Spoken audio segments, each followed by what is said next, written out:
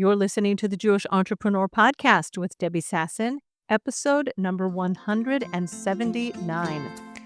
Welcome to the Jewish Entrepreneur Podcast. I'm your host, Debbie Sasson. I went from being a financial advisor, author, and chronic under-earner to building my business to six figures as a financial planner and money mindset coach, and then onto multiple six figures as a full-time money and business coach. I help entrepreneurs create money-making businesses and build wealth using sales and money mindset strategies and in alignment with authentic Jewish values. Now, let's dive in to today's show. Hello, my friends, and welcome back to the podcast. This week, I'm recording my intro for you from Toronto. I have been, I guess, a jet setter is what you can call me. In the last 3 weeks, I have seen probably more cities than I usually see in the course of a year, because usually I just sit in my home in Israel and I do my work from my cute little office, which was once upon a time a bedroom for my three daughters. But in the last 3 weeks, I have been to Los Angeles, to Arizona, Wyoming, Idaho, Montana. That was all when we were doing our holiday up in the Grand Tetons. I mean, Montana was all of about 5 minutes as we were driving through on the way to and from Yellowstone National Park. But now I'm in Toronto. I'm here for a week. It is a little bit business, a little bit pleasure. I am meeting with my mentor for 3 days this week, and I will be here over Shabbat with one of my friends and another mentor who I did my deep dive coaching certification with. And I am filling up my heart. I'm filling up my soul. I am refining my business model. And I have to tell you, it is so important to take time away from the day to day of your business so that you can sit and think, that you can soak in mentorship. And I think that I am so jazzed up by this time in Toronto that I'm going to be adding more one-on-one in-person events into my coaching over the next 6 months to 12 months. So if that's something that lights you on fire, there's a difference face to face rather than just over Zoom. And I love Zoom. I'm such an introvert. I really love being behind my computer. But hey, look out, because I will be doing some new, fun, exciting things in my business in the second half of 2025 and 2026. All right, my friends, I want to introduce you to today's guest on the podcast. I am going to be having a discussion with Sara Ashman, who is a fantastic, fabulous person. She's a coach. We're going to be talking about what she coaches on, women's health. That's kind of a little hint. But Sara comes with a very strong background in Jewish advocacy, specifically with APAC, and also a sales career where she was working in the tech industry. And both her advocacy work on behalf of the Jewish people and her work in sales so much inform what she does today as a health and wellness coach for women. And she's going to share with us what led her to do that, her battle with autoimmune disease, and what she does. And I really hope that you're sitting down, taking notes, because this was a very, I would say, vulnerable episode where Sara really shares everything that she has to share about what it was like for her, specifically with her health journey, and why she decided to transition from her advocacy work and from her sales career. I mean, she was making a lot of money in her sales business, and she decided to put that all on the side and to really do something that she is 100% aligned with, which is now her health and wellness coaching business. So, without further ado, let me introduce you to Sara Ashman. Hello, Sara. Welcome to the show. I can't wait for all of my listeners to meet you and hear your story. Thanks, Debbie. I'm so excited to be here, especially given everything that's going on. I'm really glad that we can make this work today. Well, we hope so. I mean, maybe my listeners don't know, but as we are recording this episode, we are currently in the middle of our war with Iran. We could have a missile attack at any moment. There could be a siren and we might have to hit pause, but we're just going to keep powering through and sharing your wisdom with my listeners. So I want you to take me back, and we didn't know this until today. We met a few weeks ago. We met, by the way, in an advocacy group for Jews all over the world, a group called Chosen, run by Ariella Coleman. And that's something that unites us and brings us together. We'll talk about your advocacy work with APAC back in the day. But we just discovered that we were both singers. I was a singer when I was in junior high and high school, and then ultimately left that for Wall Street because, no, actually I went to a high school where we did not have a strong choir. So it just didn't make sense anymore. But I want you to talk about whatever it took for you as a singer, because that's part of you. That's part of you that you brought to every single situation, being able to get up, perform, be on stage, take up space. So let's start there. Yep, I was definitely that kid who put on shows for her parents and her parents' friends and was always like, "I have this performance." I used to do, like, a really mean, like, Celine Dion lip sync situation that would go on for, like, 7 minutes and dancing around the living room, and I would make sure to do this for guests that came over. I also played piano for, like, everyone who came into the house. I was the performer, and I loved every second of it. Um, I in terms of, like, how it has benefited me, I think that I have, like, an innate ability and desire to wanna connect with people and be in front of people, and I don't get so scared of the crowds or a sales call or what have you, but it doesn't mean that the nerves don't come, and it doesn't completely fallen on my face many, many, many times in front of a crowd. Um, when I started public speaking for when I was working at APAC and I was working their high school program, and I had to, like, talk to high schoolers about Israel and the Middle East and the conflict in the Middle East. The first probably 4 talks I did were very serious, very like, we have Syria, we have Iran, we have Hezbollah, and we have Hamas. And I like went through all of this with them and it'd be crickets, everyone would be asleep. So then you Like, started to do dancing on stage for them because you're like, "Listen, I'm a performer. Let me do some lip syncing for you." but like actually basically my boss took me aside and he was like, that was horrible. And I was like, okay, cool. I decided and I figured out that my strength was in my humor, especially with that group. I didn't need to be foremost expert on everything Middle East, but I could have a lot of fun with them, leave them feeling good about me and the organization. So instead of like focusing on being like the most knowledgeable, I leaned into how do I make them feel the most empowered? So then I kind of switched and became more of a motivational speaker for them. And I Nice. and added a lot more humor. Because they're high school kids who are at Jewish day school, I'd add in like a swear word or something that always got like everyone enamored because the teacher would be in the back and I'd be like, oops, sorry, Mrs. So and so. And that actually worked really well. So it was a matter of like refining and finding like my authentic style on stage with this audience in order to connect properly. Nice. How long ago was that you were doing your advocacy work with APAC?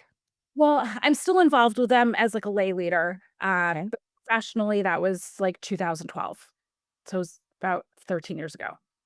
Okay, so we were all like, as you mentioned Iran, you mentioned Hezbollah, you mentioned, like, all of our enemies other than Iran, who were working really, really hard to destroy and dismantle at this very second. But like so many of the others, we have done serious damage in the last 20 months, which is such a beautiful thing, I'm sure, especially knowing the facts so well, then you're just probably jumping for joy like the rest of us.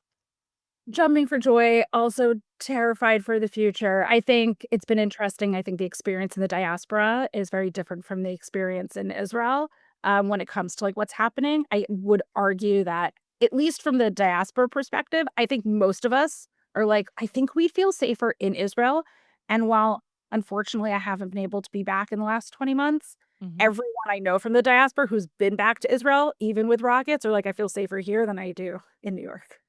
That's fascinating. And, today, as we're recording this, the first plane that brought people back to Israel landed. The airports were closed for 6 days. They're still pretty much closed. There's no tourism happening. But Israelis who were stranded abroad and they wanted desperately to come home.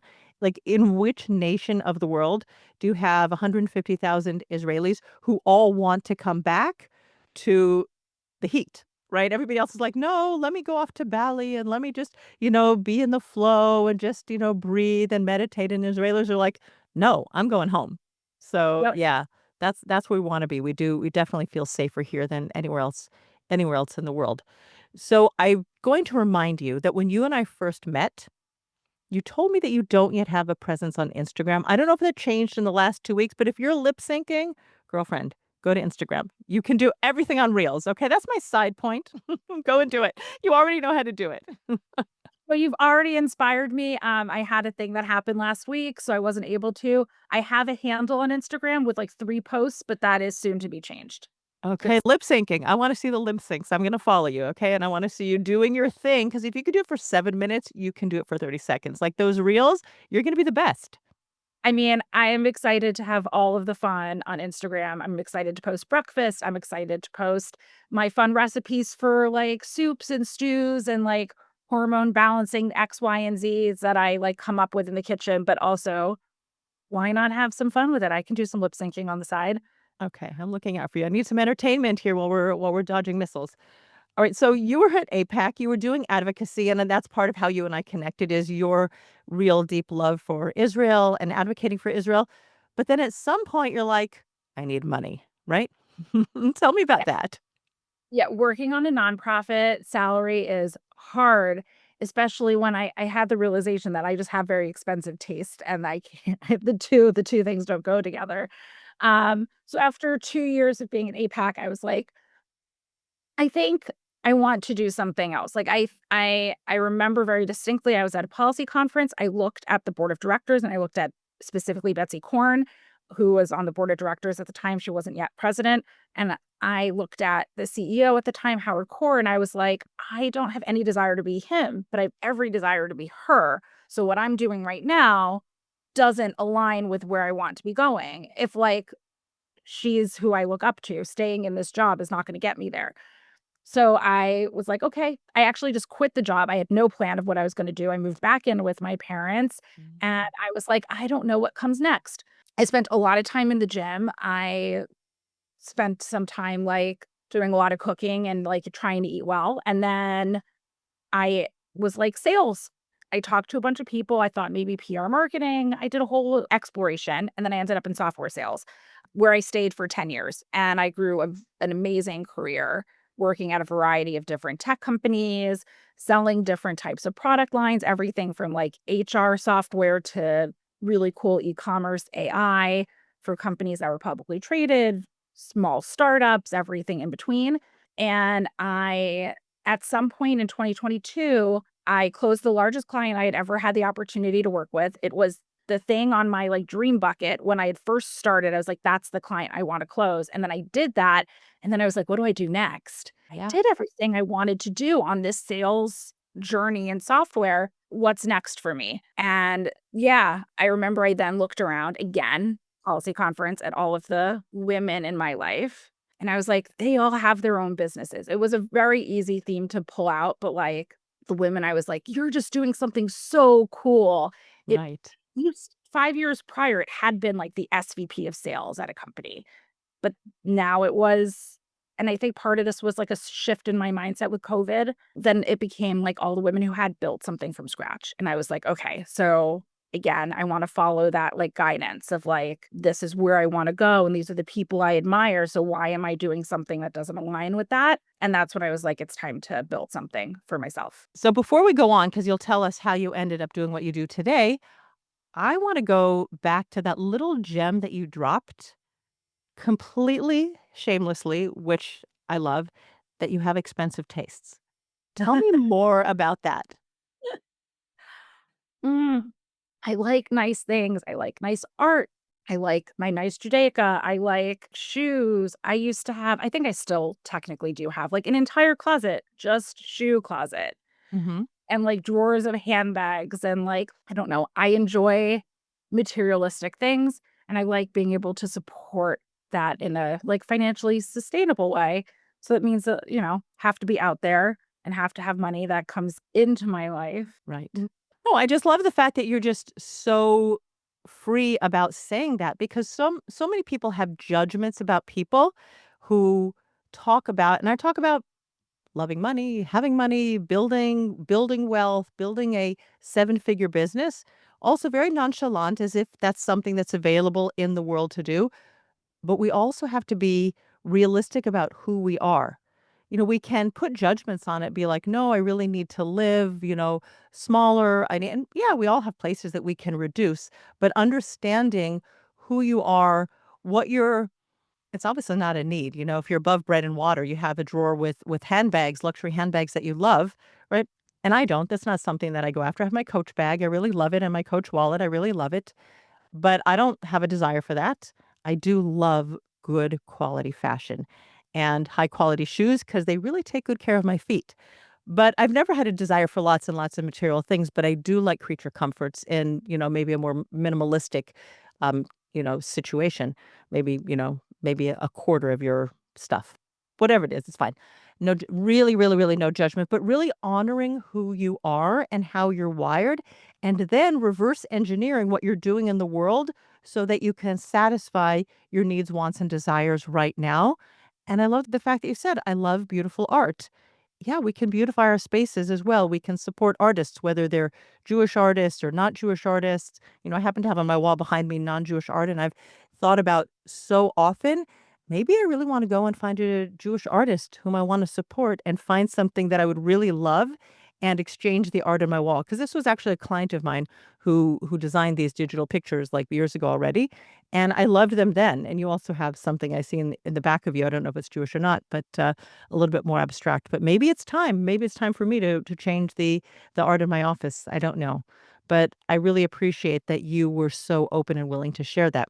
So what happened in 2022 that you decided, like, sales wasn't it, and you didn't decide to build your own company that was sort of doing what you did? Because some people are in that situation. They're like, "Hey, I'm doing this. I'm doing sales. I'm doing it for somebody else," and they're taking a cut. Like, you were doing probably well, you were getting bonuses, or maybe you were all paid on commission, but you didn't decide to reinvent yourself doing the same thing. Okay, so I think in order to explain my, willingness to kind of do these career pivots, I have to explain the family I grew up in, because I get a very strong reaction when people are like, "You went from tech to nutrition?" That makes no sense to me, because most people have a very sort of linear, boxed mindset about career, where it's like the thing you start doing at 22 is the thing you keep doing, and you build and build and build on that specific sort of niche industry. Or what I see a lot of people doing right now is they'll go and they'll coach to what they were doing a few Right. years, which is all fine. So I come from parents who, when I was growing up, were entrepreneurs. My father he had a very successful oral maxillofacial surgical practice here in New York City. And then he invented a bone substitute and went into biotech R&D with my mother. She was a special education teacher with a PhD in reading development, who then ended up consulting with the Department of Ed and built her consulting business with her friend here in New York. And then they pivoted and they started a brand muffin business. Wow. That is crazy. Okay, so you're used to going all over the map. And the brand muffin business started was actually more successful than the consulting business. And then that fell apart. My parents went into business together, and then they also had a variety of different investment and income streams that they used as a way to support the family. And this was what I watched growing up.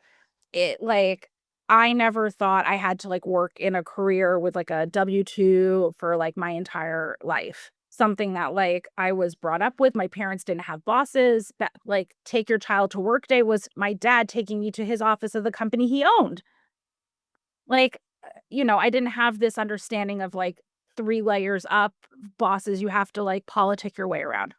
So for me, it's always been for my career, I'm follow the inner compass. And the Jack Frost poem where he says, we took the road less traveled by, and that what made all the difference. But the entirety of the beginning of the poem, he says that he saw the two roads, they looked identical, and he could have gone down one, he could have gone down the other. But it wasn't until he was at a party many years later that he pieced together and was able to tell this story.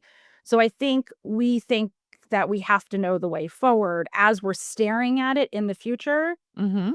But a lot of times it's looking backwards, you can connect a lot of dots to, like, be like, "Here's how I got here." And there are, throughout my career, like, a lot of dots that make sense. I was always seeking positions that were working with people, external client facing. I wanted to talk with people. I wanted to understand their stories, where they came from, the problems they had, and I always wanted to help solve them and be part of something that was bigger than myself, which is, I think, how I got drawn to tech and startups. Okay. And honestly, all of that, it comes together in what I'm building now, which is one, building a business that will be financially sustainable and viable for me and give me the life that I want, but Mhm. allow me, I think, in the most authentic way to actually help people, especially women who are, have fallen through the cracks of like traditional medicine. Right. And let me understand a little bit because I love the fact that you brought your parents into this conversation and they had so many different businesses. For them, like, and then you watch this, they role modeled entrepreneurship for you. And my dad, he actually worked for my grandfather. My grandfather opened up his own business, escaped from Nazi Germany, went to LA, opened his business. My dad worked for him. My parents got divorced. My dad got fired because he was now the ex son in law. Um, so so he built his own thing. I never really watched entrepreneurship be modeled, so I had to figure it out later. But I just love that you watch this unfold throughout your lifetime. What do you think is the underlying thread from your parents that pieces all of their pieces together, that connects all of their dots? I can't speak for them and their lived experience, but I can say what they always told me. Okay. My father always told me growing up was, "Follow your passion and the money will follow." Mhm. He said it over and over and over again. Like, basically, follow your inner guidance, what you are being called to do. Mhm. Don't focus so much on the financial outcome of it, but the financial outcome of it will follow later. So what I'm gonna twist that a little bit because people have debunked that, like, follow your passion and the money will follow. People have said, it doesn't always work, but whether they're No, right or wrong. it doesn't. It also depends on how you define what your passion is, because I think a lot of people mistake passion for social justice causes. Okay. That was APAC. Yeah, exactly, and the money did not follow. Also, Okay. that was music, and the money did not follow. I think there's something different behind something that, like, lights you up that is, I don't know, like, I would never turn my crochet work into a business. It makes no sense as a business. Mhm. It's to pay $500 for, like, a beanie I've made by hand. Like, no. Okay, that makes sense. But I think that there's a meeting place between, like, something that can be business and something that you care deeply about, that then you can push forward as something financially viable that, like, does make sense and is a passion. So, like, nutrition wellness is something, and women's health is something I've cared about for a very long time. It's just been an internal conversation, not an external conversation or a conversation I've had with friends. Mhm. And then as I started getting more and more people who were seeking me for this advice, as I was going through my own health journey, I was like, maybe I need to start charging for this. Yeah, so we'll talk about that, but I think, when what you said about what your parents said to you with your passion and following your path, what it requires is, number 1, the willingness to take risk, the Yeah, willingness to fail. You've talked about falling on your face a few times, and so many people like, "Oh my gosh, I'm gonna fail. I'm not, it's not gonna work," or that imposter syndrome thing. But basically, I think the overriding theme of all the different businesses your parents have created, whatever you've done, is listening to your inner voice, and it's that self-leadership. I think, like, that will be a connecting thread is your parents just decided to do whatever they decided to do, they believed in it, they went after it, but they led themselves down that path. If we go back to Robert Frost, like, you're not gonna figure it out to get to the end of the path, but you have to be willing to lead yourself down the path. Yes, you can find yourself a mentor, have your mentor guide you, support you, direct you if you go off the woods a little bit, but being able to wake up every morning and be like, today I'm going to do my marketing. Today I'm going to do my selling. Today I'm going to do my Instagram reel. Today I'm going to do whatever I'm going to do has to be part of how you grow your business. absolutely. And it was really interesting as I was preparing for this conversation and thinking about, like, me as a business owner and some of the things I've learned, having too many cooks in the kitchen and external points of view can actually be really detrimental to how to move forward. Because if you show up as an entrepreneur in an inauthentic way, like there's something that doesn't align in the universe as well Hmm. versus when you're following your inner compass. Not just the get up every day and like, my boss isn't going to tell me that I need to do anything, so I could just sit on the couch and eat bonbons all day. Yep. But I think with what you're talking about in terms of too many cooks spoil the broth, I think this is also a problem that some entrepreneurs have is they want to crowdsource for information. Like if you're not sure how something should go, you're scared, you're a little bit unsure. So you go and you ask your friends who maybe aren't doing this thing with you. You ask, maybe you have an accountability buddy and then more accountability buddies and you have your friendship network and whatever. And I think when you're building your business, all the ways can work. But you have to follow some like you've said, that you have your mentor, the person you'll tell us how you came to do the wellness and nutrition coaching that you do now, but you're following one path and you'll add your own little bells and whistles to it, but you decided to block out everything else. And I think that is so key as you're building your own thing. Oh, it was key as I decided to transition into my own thing because I knew this was I did this in stealth. Nobody else outside of maybe like 2 people, my mother and my father. I told nobody. I did this completely on my own because it was something that I felt called to do, and I knew if I started telling friends, if I asked opinions of like colleagues or what have you, that I would get the sort of risk aversion would get poured into me, and that risk aversion energy of like, "Why would you give up a good thing? That makes no sense. What if it fails?" Meanwhile, I was thinking, "But what if it goes really great?" And Yes. everything I've ever wanted in life. So I did it without telling anybody, and I couldn't be happier that I just did this myself and then let everyone find out at the reveal later. I love that. I love it. So in 2022 that you decided to do a coaching certification or a wellness certification? It was 2022 when I started to see that tech was about to take a nosedive, when I started seeing the layoffs. It was in spring of 23 where I was talking with a friend of mine who I met through a women in sales networking group who had started coaching on the side, and I was like, "I love what you're doing. You're, like, taking control over your life by having this side hustle. I also want a side hustle." And that was the first germ, like, the little seed that was planted, and then a few months later, I got surprise laid off from my job, and I was like, "Wow, okay, so, like, my W-2 safe career where I'm gonna have, like, an income." In fact, this is all risky. It's risky if I get a W-2 job, it's risky if I have my own thing, and that's when I looked at the nutritionist who I'd started working with in 2021 for myself and was just so in awe with what she did and was honestly so in awe with what we had been able to do with me that I was Mhm. like, "How do I get to do this?" Because it's been so transformative for me. How do I get to help other people, especially other women, but other people who are also struggling to, like, come out the other side?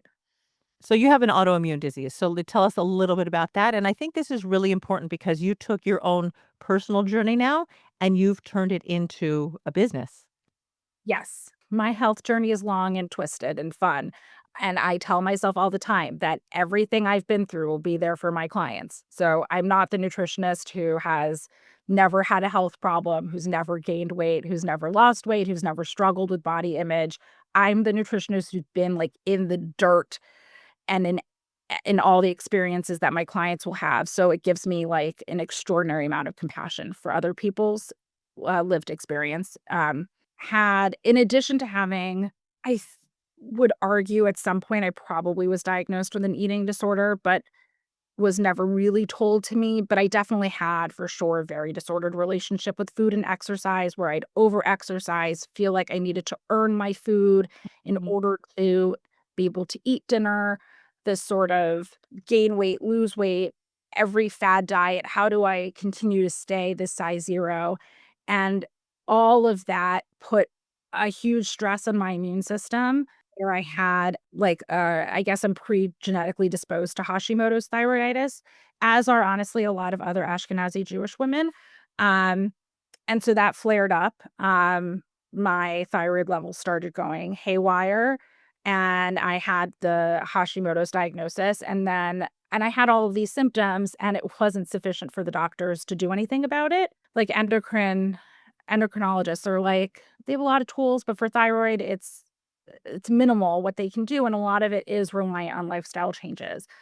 So I started working on those lifestyle changes, and honestly, they made a huge impact on my thyroid. And there were also these other symptoms that I was dealing with, whether it was like severe PMDD issues or like other weird joint things or like a strange rash here or like I feel weird after wine. And as these all started to come out, we were able to like piece together what looked like something related to a histamine intolerance, which is now very popular to talk about online, but I've actually for never heard of it, I have to say. I've years never ever heard. Wait, is it but, oh, histamine is the thing in wine. I actually have heard of that, from people. I'm thinking like antihistamines for, I don't know, all the flora and fauna around, spring and things like that.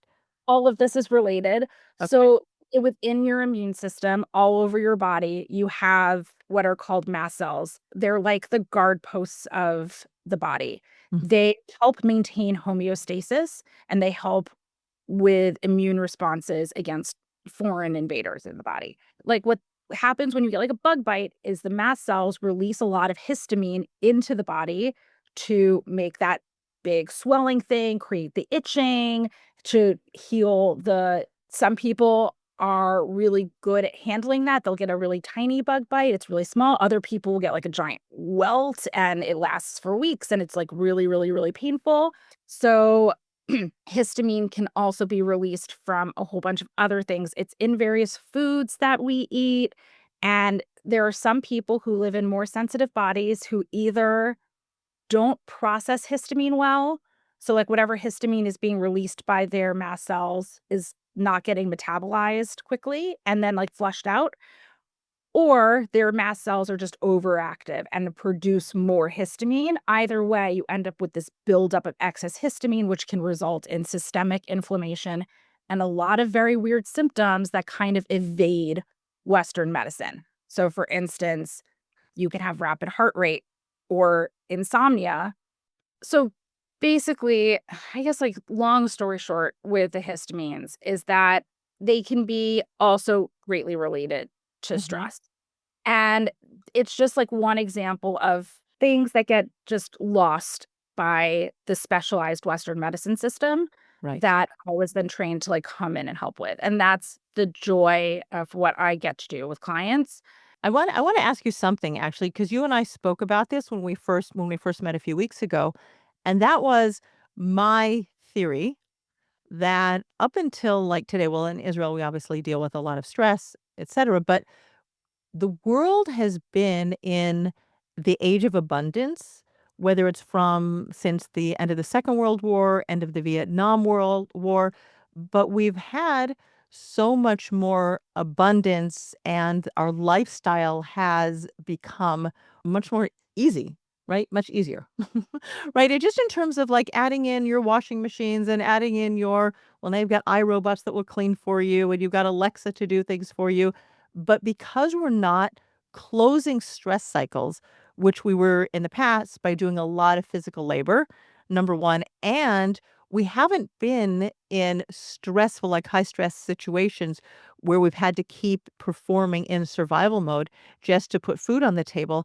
I have this kind of theory that whatever has been suppressed in our bodies for generations is having an opportunity to manifest and be released. What are your thoughts on that? I think so. I think that I don't think our bodies know the difference between getting attacked by a bear Mhm. and like your boss yelling at you. Okay, so then we're always in stress cycles because especially you're in New York City and, I remember riding the New York subway back in the day when I worked in, downtown, and I don't know how many people do that anymore, but you can be in a stress cycle all the time just living in Manhattan. Basically, I think a lot of us, especially in New York, are always in some kind of a stress cycle, and then it becomes how do you physically let your body release the stress and close out the stress cycle? Because sitting at the desk after your boss yells at you isn't going to physically tell your body that you're safe. Right. I also think that's what leads to a lot of folks who, like, then decide to go binge eat because they use it as a mechanism to make themselves feel safe. Um, Oh, yeah, just ask me how much emotional eating I've done in the last few days since we've been attacked by Iran. Yep, got you or got me. yep, binge eating and emotional eating is, like, one of my client population that they all have in common, and it's something I very much enjoy working with because it just makes sense to me why we emotionally eat, because it does close a stress cycle. It actually puts our body into parasympathetic Mhm. in a state. But there are also a lot of other things we can do to help close that out. So I that's where, like, walking is just something that I happen to be obsessed with, or doing jumping jacks if you can't go out for a walk because 'cause you're, in the mud. Right, exactly. Okay, no, but I did get out for a walk today. They say sitting is the new smoking, right? It's supposed to be really bad for you. And yeah, I didn't go to my exercise class. I have a HIIT class on Wednesday mornings. Today's Wednesday as we're recording. I have a Pilates class on Sunday, and it yeah, makes a huge difference if I'm moving my body or not. I came back so much happier just getting outside, sunshine, moving my body. Of course, my hips and legs and back and everything feels so much better just going out for an hour of walking and movement. So, yeah, and we just do that less. Less and less. Yes, but it's in terms of reducing stress, walking and breathing and getting some sunshine on our face, which you get a lot more of in Tel Aviv than I do in New York. Right, that's true. Israel in general, there's just a lot more, sunshine than there is in New York. I think those things, and as basic and as silly as they sound, make such a huge difference on being able to regulate nervous system. Mhm. To add on, like, the funness of being Jewish and, like, having that intergenerational trauma piece. Lately, my joke has been because we have this big mayoral election in New York that everyone is terrified about and talking about and obsessing over, that if New York actually elects the anti-Semite, I was like, "I have that strong Jewish run gene. I'm not sticking around to figure out what's gonna happen if the anti-Semite wins, I'm out." Okay, listen, we have extra room in our house because I have, 5 married kids, so we've got rooms. You could just come on over to Beit Shemesh and, until you find yourself a place, we'll welcome you home in a heartbeat. I think the first stop will be, like, Jersey, and then from Jersey, Then you'll come then possibly Israel. We'll see what happens in a few years in DC. Okay, well, at the moment anyway, the airports are closed, so you're not That's true. you'll have to arrive by boat. You can get to Cyprus and then take a boat. But tell me about how has your sales experience selling for somebody else? Because when you're pushing, I mean, I'm saying that in quotes, when you're selling a product that somebody else is supplying to you, the software products, that's one kind of selling. But now you're in a service-based business, you're selling yourself. I know you're not really selling yourself, but so many of us get this entanglement between who we are and the results we offer our clients. How has your past experience helped you? But where do you find yourself just being a real human with that fear of rejection? So the fear of rejection thing happens when you're working for somebody else too. Sales in a company can also become deeply personal, even when you're, like, selling some software widget or a Slack bot or an AI, like, people buy from people, so you're likely in some kind of competitive situation where they're looking at similar products to you anyways. So the question of, like, how you stand out is usually not some kind of feature set. It's, do they trust you, the account executive, over somebody else? So it becomes deeply personal even when it's not you. The way I've kind of framed it in my mind, though, to separate it a little bit is like, well, I mean, when you're interviewing, you are literally selling yourself to an employer. It's a little bit of the similar feeling to that. But at the end of the day, I think the thing that sales has really set me up with that is helpful in my sales now is no is not personal and no is not forever. I like that. Yeah. Whenever I used to, like, lose a deal, I would be like, it's a they said no, but I tell my manager, "It's no for now. Let's see what happens in a year." And a lot of times you treat those people right, they come right back around, and then suddenly they're like, "Oh, yep." Or they go with a competitor, 3 months later, they call, "I should have listened to you. I made the worst decision ever. And so when I'm told now, no, or recently I had somebody who was like very excited to work with me who then ghosted me on payment, I'm like, okay, it's not personal. It's not me. So I think that that's the thing. You can talk about like, oh, I learned Sandler. I learned how to ask these sorts of questions. But like the bigger piece to it is just being like, okay, on to the next. I have to go find the clients. I'm not here to like convince somebody that they must buy from me. I'm here to fish through all of the ones who aren't meant to be my clients and find the people who are meant to be my clients. So that's the initiative. It kind of takes us back to maybe what you learned from your parents was that self-leadership is that you're going out there and you're finding the clients. You're not sitting back, putting out your virtual shingle and waiting people to come to you. You see it as part of your responsibility as a business owner to go find the people. And there's a lot of noise out there. There's a lot of choices that people can have. And you're like, nope, this is on me. That one's a no or a no for now. Let me go find the next one. Next, next. It's not personal. No, not personal at all. And also just to like frame how I started and spent most of my sales career. I started my sales career making 60 to 100 cold calls a day. Good for you. So you're used to the no's. Okay. I got very used to being told much more worse things than just no thank you. And even when I was working and I had like a sales dev person who was supposed to do all the outreach and a full marketing team and whatever, I still sent a ton of cold emails, would reach out to people on LinkedIn.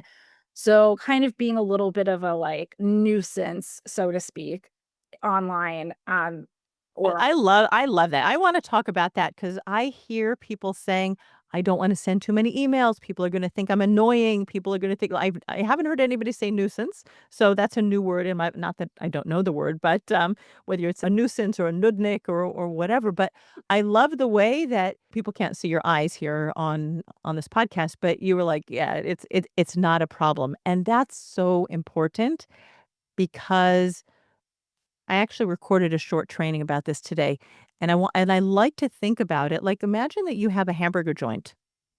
You sell these, like, juicy, rare hamburgers. You've worked on your exact recipe. I don't know how many different recipes there are for hamburgers, but that's neither here nor there.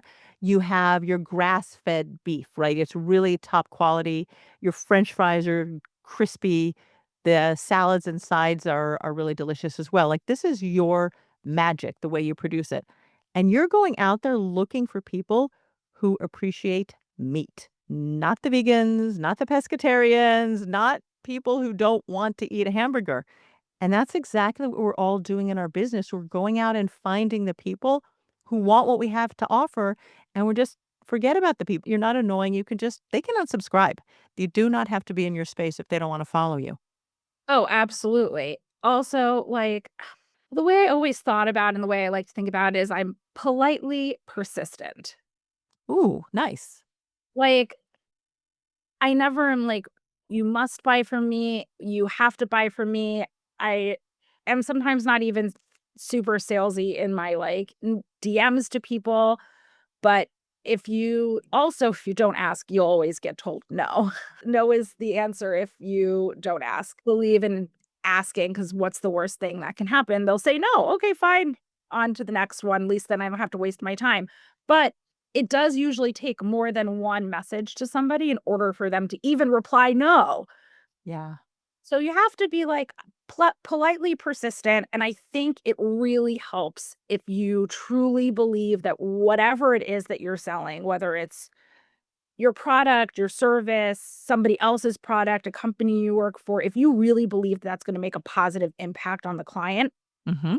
and give them like positive return on investment, then it becomes much easier to like get in somebody's inbox and do like the little extra thing to try to get their attention. I think that is beautiful. I love that so much and just remind I like that positively persistent. Those are the 2 words you said? Yeah? Politely. Oh, politely. Okay, politely persistent. We'll make sure that that is in the show notes, being politely persistent. Now, before we wrap up, because here's another thing that I love talking about money. I love talking about setting prices. And when you worked for the software company, they fix the prices. But how about now setting your own prices for the coaching work that you do? They Yes, they set the prices, but especially when you get into enterprise sales, there's a lot of discounting. So you're basically creating custom pricing every time you go into work with a client. And those were my favorite conversations. And I loved negotiation. That was the best. I had set my price at a specific amount, and then I looked at it like I think I got my first yes and it felt too easy. I was like, Mm, they shouldn't have said yes that quickly. I think my prices are too low. okay. You can share with us if you feel comfortable. But it's a 4-month engagement where, like, we'd essentially have roughly 10 sessions, and then I would do some work on the back end for them, and it Mhm. was at 1875 US dollars. And Okay. I was it felt fine, and then I was like, No." And then actually I brought it up to somebody and they were like, why would you ever charge that?" Like, my mentor, she was like, "You need to, like, at least double that, if not more." And I was like, "Oh, then I misread the market completely."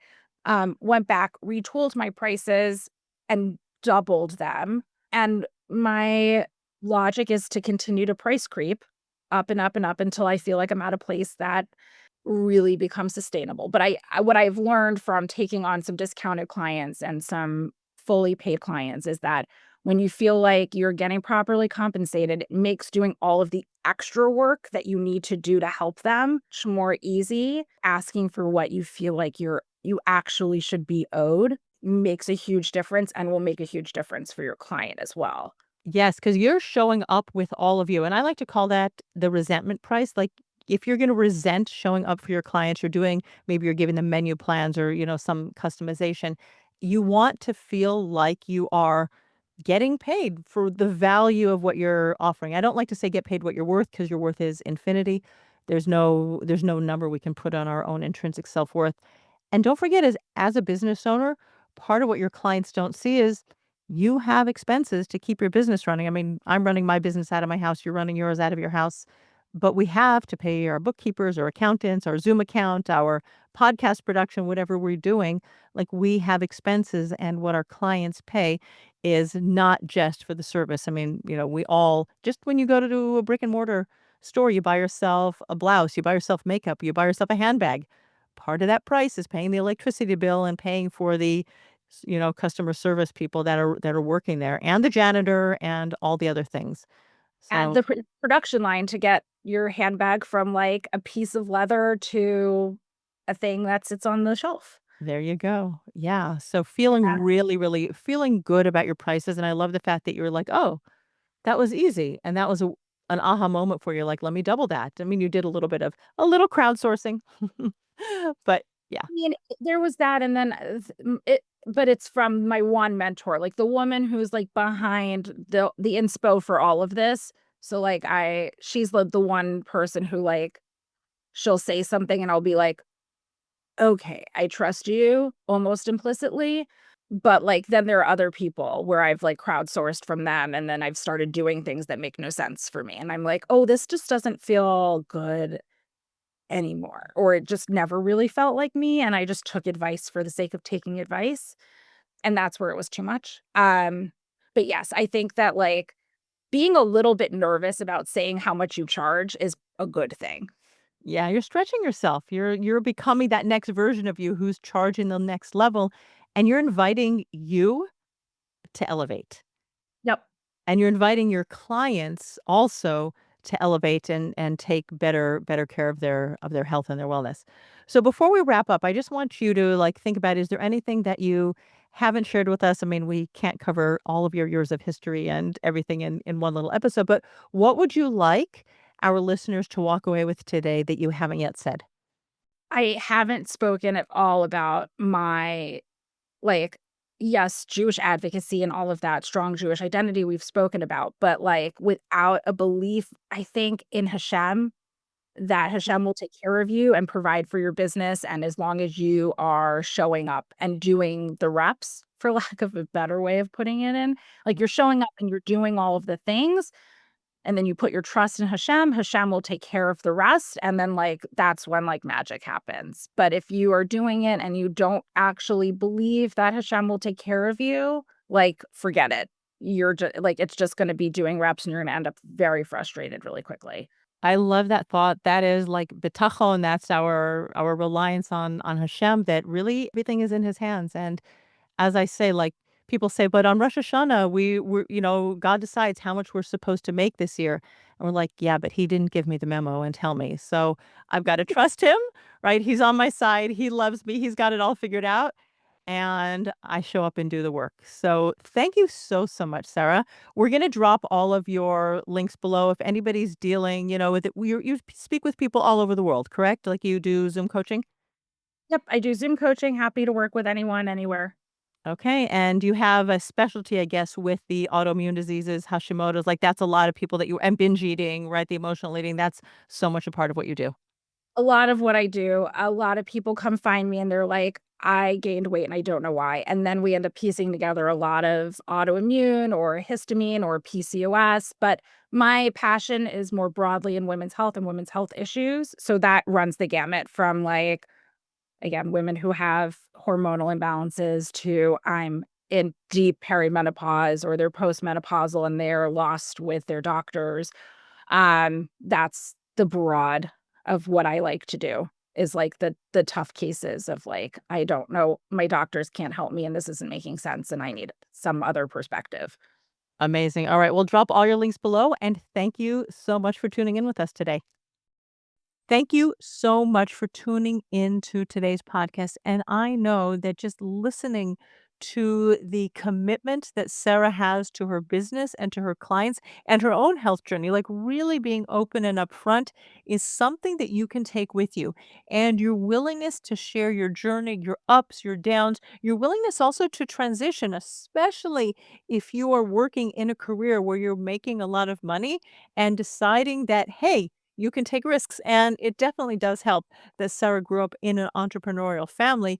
But if there is something that you know that you are being called to do, God is whispering in your ear, maybe He's banging you over the head. And you know that you are here, you have a purpose and you have a mission, and it's time for you to jump ship and do something else. I would love for you to like reach out. Maybe you need some inspiration, maybe you need some motivation, maybe you need a good coach who's going to like be on your side, support you, maybe give you a nudge so that you do what you know you were born to do. But take the inspiration and the motivation and the story of figuring it out and making it work that you learned here on today's podcast and take the next step. Money loves speed. Don't overthink it. Just go and do it. And I will see you next week on the Jewish Entrepreneur Podcast. Bye bye for now. Thanks for listening to the Jewish Entrepreneur Podcast. If you want to stop underselling and under-earning and close more sales, you need to clear the limiting money beliefs that are sabotaging your business growth. Head on over to debbiesasson.com/mindset and download my free Money Mindset Workbook. Uncover and dissolve money blocks like hundreds of other entrepreneurs who are now building 6, multi-6, and 7-figure businesses and creating true financial freedom.